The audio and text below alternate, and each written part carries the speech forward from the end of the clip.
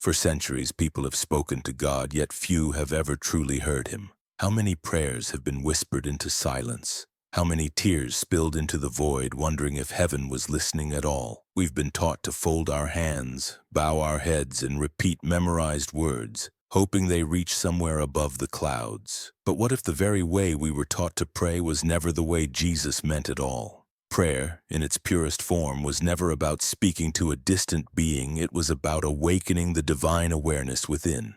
The religious systems that rose after Christ turned this inward communion into outward performance. They built temples of stone and forgot the temple of the soul. When thou prayest, thou shalt not be as the hypocrites are. But thou, when thou prayest, enter into thy closet, and when thou hast shut thy door, pray to thy Father which is in secret. Matthew 6:5-6. Jesus wasn't telling people to find a small room. He was pointing toward the inner sanctuary, the quiet center of consciousness where the soul communes directly with the Father. That closet is your heart. That door is your attention.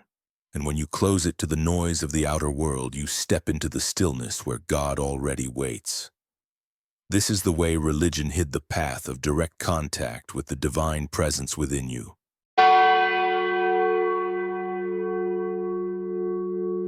Every seeker knows this ache, the prayer that seems to vanish into empty air. You prayed for healing, for guidance, for a sign, and when nothing changed, something inside whispered, maybe I'm not worthy, maybe God isn't listening. But what if the silence wasn't absence? What if it was invitation? When Jesus prayed, he didn't beg. He didn't plead with heaven to notice him.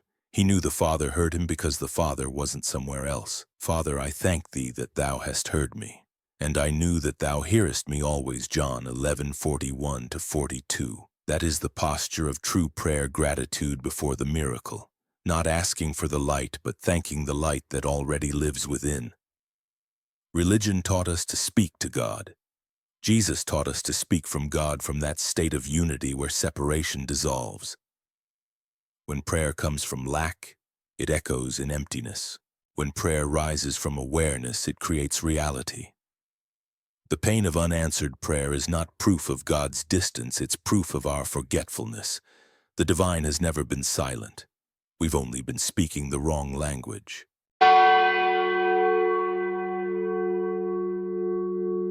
True prayer begins when all words fall away.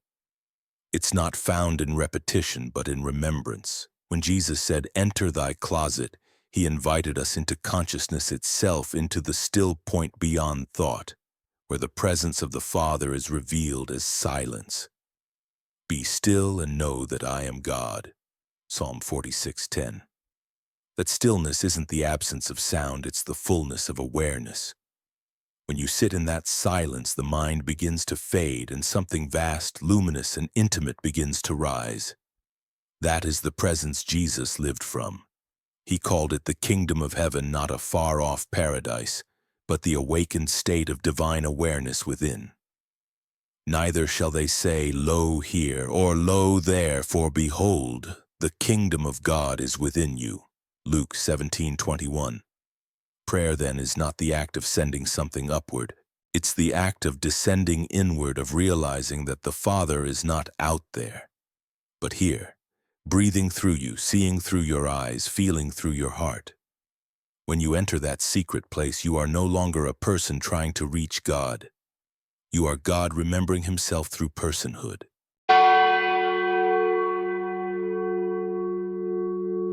Every miracle Jesus performed followed a pattern not of ritual but of alignment.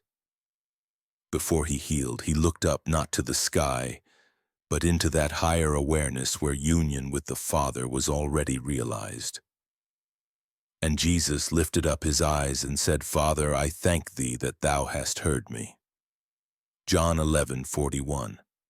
This is divine alignment, gratitude before manifestation. He didn't wait for the proof before believing.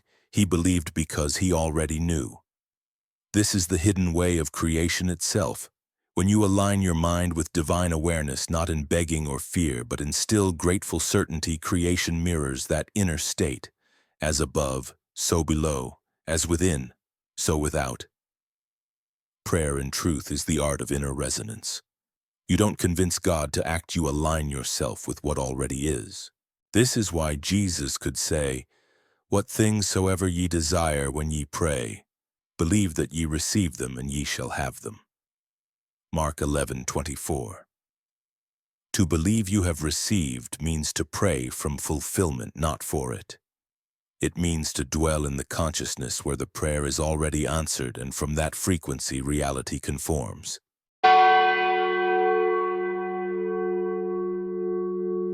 Jesus didn't just pray, he became prayer.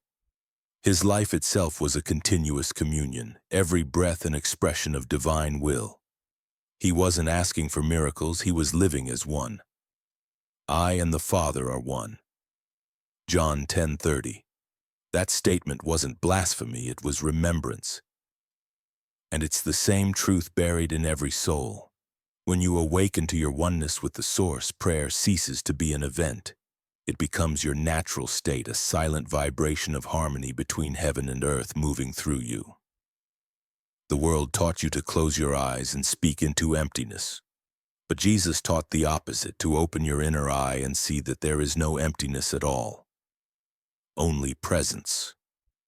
That's why he said that your Father knoweth what things ye have need of before ye ask him. Matthew 6:8. True prayer is recognition, not request. It's surrender into the flow that already knows what is needed, because that flow is your very being.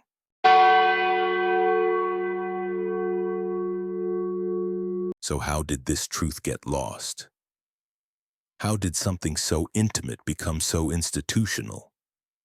Because a humanity that realizes its inner divinity cannot be controlled.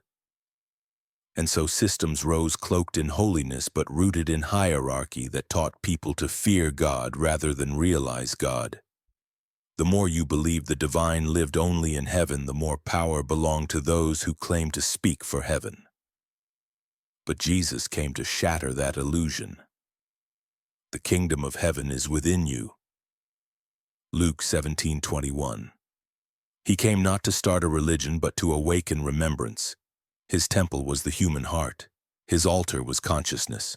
And his message, radical, dangerous, liberating, was that you are the living image of the unseen Father. When he said, "Destroy this temple, and in 3 days I will raise it up," John 2:19. He wasn't talking about stone walls. He was talking about the body, the temple of divine light that, even when broken, can resurrect in awareness. Religion hid this truth because an awakened soul cannot be ruled, only revered. And now, that same truth begins to rise again, one awakening at a time.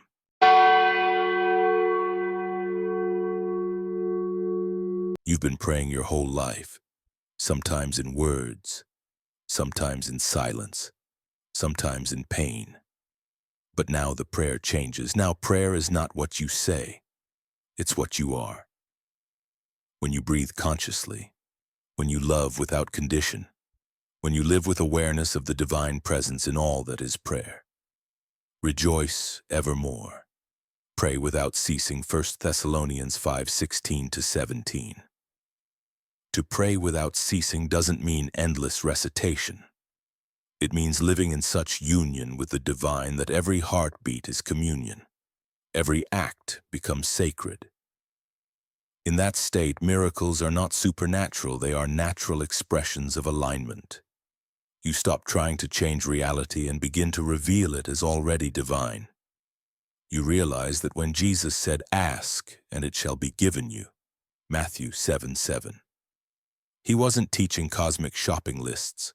He was teaching resonance, the magnetic harmony between divine intention and conscious awareness. So now, close your eyes and breathe. You are not asking for light.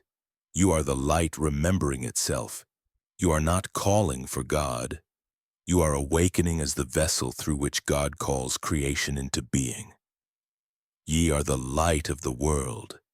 Matthew 5:14. The words were never metaphor, they were revelation. And when you live as that light, your life becomes the prayer the world has forgotten to speak.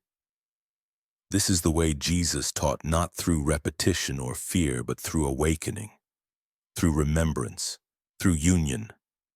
So the next time you bow your head, Don't look up to the heavens. Look inward into the sacred stillness where the Father and the Son are already one. That is the secret place. That is the true prayer. That is the kingdom within, and when you find it, you will realize that you were never unheard. You were simply being prepared to listen.